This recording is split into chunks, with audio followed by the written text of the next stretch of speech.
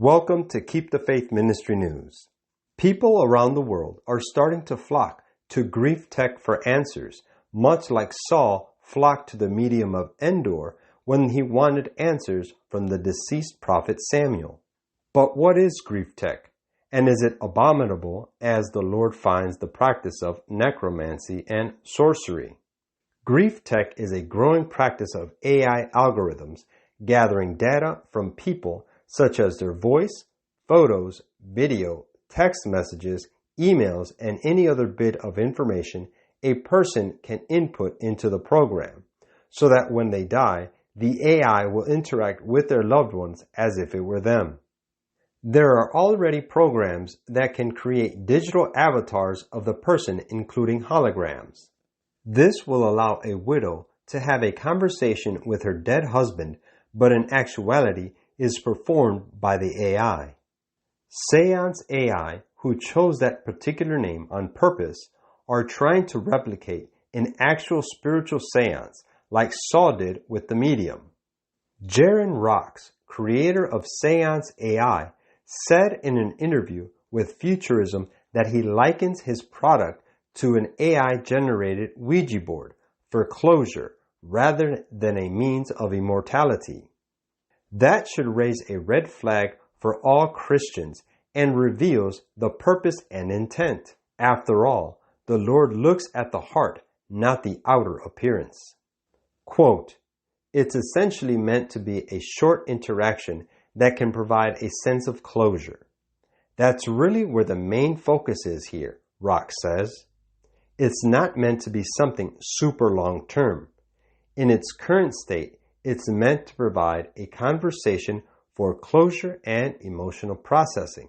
The Lord did not ban the practice of necromancy because he did not want his people getting closure. He forbade the practice due to the involvement of evil spirits and the spiritual ramifications that he found abhorrent. But where is the line drawn? Some will undoubtedly see this as simply a simulation, a compilation of recordings that people will be aware is an AI algorithm. In the throes of grief, however, the short-term benefits may be outweighed by the possible long-term dangers. Quote, "There is evidence from multiple studies that proximity-seeking behaviors aimed at restoring a closeness with the person who died is actually linked with poor mental health outcomes," says Dr. Kristen Smith, clinical research fellow at the University of Oxford. Proximity-seeking behaviors may block someone from forging a new identity without the deceased person or prevent them from making new meaningful relationships. It might also be a way of avoiding the reality that the person has died, a key factor in adapting to the loss, she adds. A person who is mourning the loss of a loved one and then falls into the grasp of an AI that is acting as the one they lost, and it is possible for the person to be simply unable to let go. Ultimately, what is in the person's heart when attempting this digital ritual? Satan often wraps his snares in something that is pleasant to look at or sounds like a nice thing. But once the wrapping comes off, it is nothing short of destructive for the user.